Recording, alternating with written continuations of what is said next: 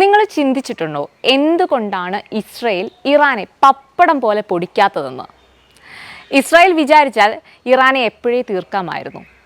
പിന്നെ ഇസ്രായേൽ അത് ചെയ്യാത്തത് ഇവിടെ കുറച്ച് ഇറാൻ സ്നേഹികളൊക്കെ വിചാരിക്കുന്നത് പോലെ പേടിച്ചിട്ടൊന്നും അല്ല, പകരം അതിന് വ്യക്തമായിട്ട് കാരണമുള്ളത് കൊണ്ട് തന്നെയാണ്.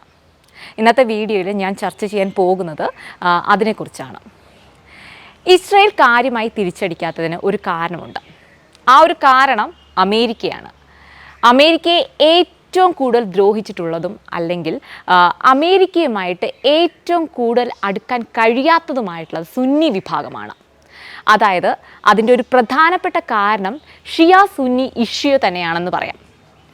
ഈ സൗദി അറേബ്യ ആണെങ്കിലും അല്ലെങ്കിൽ ജോർദാൻ ആണെങ്കിലും അമേരിക്കയോട് താല്പര്യമുള്ളവരാണ്. കാരണം എന്താണ്, അമേരിക്കയുടെ സപ്പോർട്ട് ഇല്ലാതെ നിൽക്കാൻ കഴിയില്ല എന്നുള്ളതാണ്. എന്നാൽ അവിടെയുള്ള വലിയൊരു ഭൂരിഭാഗം ജനങ്ങളും ഈ ആൻറ്റി അമേരിക്കയാണെന്ന് പറയാം.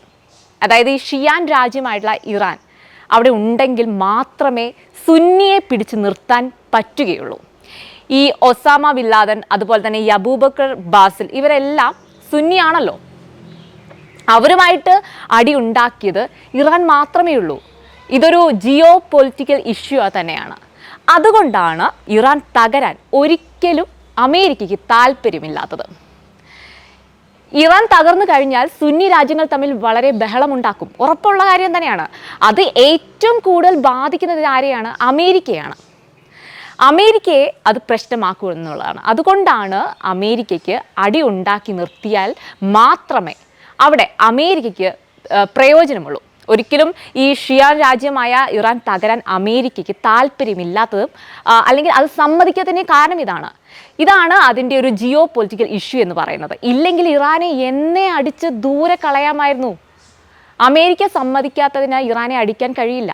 അമേരിക്ക മറ്റുള്ള രാജ്യങ്ങളെ കൊണ്ട് എന്ത് ചെയ്യുന്നറിയോ? ഈ പ്രഷർ ചെയ്യിപ്പിക്കുകയാണ് കൂടുതലായിട്ടും, അടിക്കരുതെന്ന്. ഇപ്പോൾ നാറ്റോ രാജ്യങ്ങളെ കൊണ്ട് പറയിപ്പിക്കുന്നു, അതുപോലെ തന്നെ യൂറോപ്യൻ രാജ്യങ്ങളെ കൊണ്ട് പറയിപ്പിക്കുന്നു, അതുപോലെ ഇംഗ്ലണ്ടിനെ കൊണ്ട് പറയിപ്പിക്കുന്നു, ജർമ്മനിയെ കൊണ്ട് പറയിപ്പിക്കുന്നു. ഇതെല്ലാം എന്തിനാണ് പറയിപ്പിക്കുന്നതിൻ്റെ ആ ഒരു കാരണം ഇത് മാത്രമാണ്. ഇതാണ് അതിൻ്റെ ഒരു പുറകിലുള്ള ഒരു കാരണം എന്ന് പറയുന്നത്. ഇറാൻ അമേരിക്കയുടെ സഖ്യകക്ഷിയായിരുന്നു. ഇപ്പോൾ ഖുമൈനിയൻ ഇഷ്യൂവിലാണ് അമേരിക്കയുമായിട്ട് പിണങ്ങുന്നത്. എന്നാൽ അമേരിക്കയ്ക്ക് ഇന്നും താല്പര്യം ഷിയയുമായാണ്. അവരുമായി നല്ല പോലെയാണ് ഒരുമിച്ച് പോയിരുന്നത് തന്നെ. അതായത് ഒരിക്കലും ഈ ഷിയ തിരിച്ചു വരുമെന്ന് അമേരിക്ക പ്രതീക്ഷിക്കുന്നുണ്ട്. പിന്നെ മറ്റൊരു കാര്യം കൂടിയുണ്ട്. ഇത് പറഞ്ഞു പോയാൽ പലതുമായിട്ട് ഇങ്ങനെ കണക്ട് ചെയ്ത് ഇങ്ങനെ പോവും.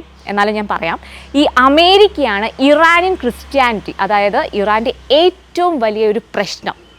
അമേരിക്ക അവിടെ ഉണ്ടാക്കുന്ന ക്രിസ്ത്യാനിറ്റിയാണ്. ലോകത്തിലെ ഏറ്റവും വലിയ മുസ്ലിംസ് ക്രിസ്ത്യൻസ് ആകുന്നത് ഇറാനിൽ തന്നെയാണ്.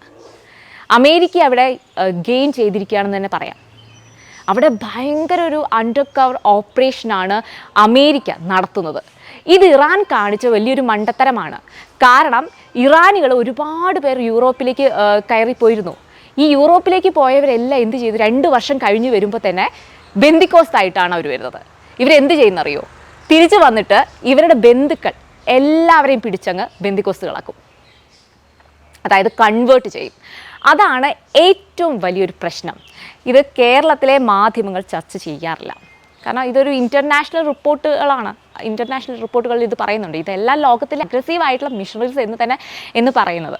ഒന്ന് ഇറാനിൽ നിന്ന് വന്ന മുസ്ലിംസ് ഉണ്ട്, അതുപോലെ തന്നെ രണ്ടാമത് ചൈനക്കാരുമാണ്.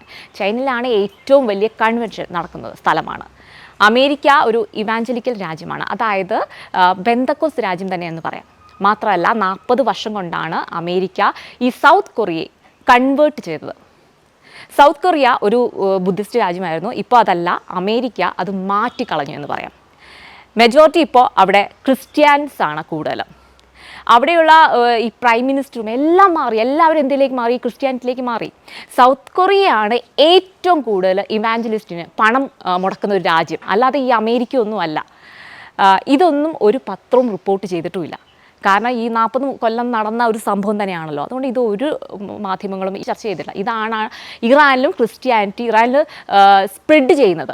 ഇവിടെ 15% ഇറാനികൾ ക്രിസ്ത്യാനിറ്റി ആയിട്ട് കൺവേർട്ട് ചെയ്ത് കഴിഞ്ഞു.